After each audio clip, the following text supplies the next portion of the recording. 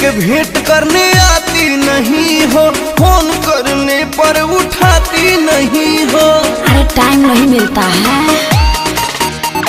Debt दे के भेंट करने आती नहीं हो, फोन करने पर उठाती नहीं हो। ओहो तोहे देखेला दिल बेकरार हो गया है।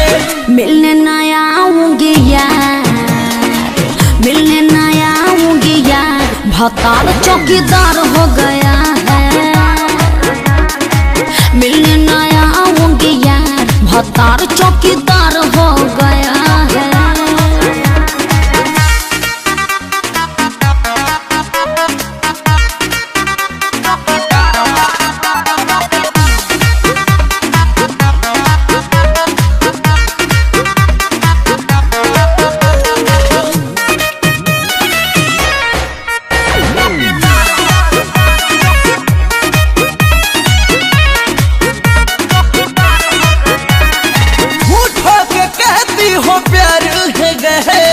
कैसे मैं आऊं वो देता है पहरा।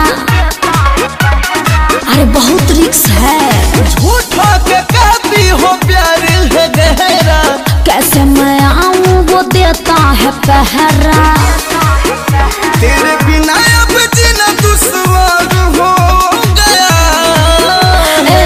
मिलने ना आऊंगी यार, मिलने ना आऊंगी यार, भतार चौकीदार हो गया है। मिलने ना आऊंगी यार, भतार चौकीदार हो गया है।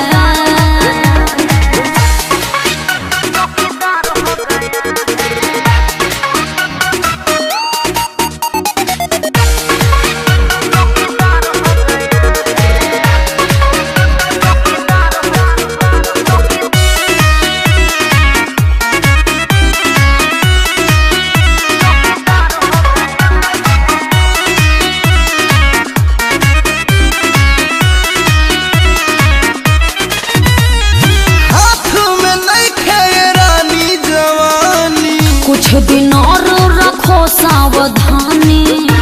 अरे तनी बर्दाश्त कीजिए ना।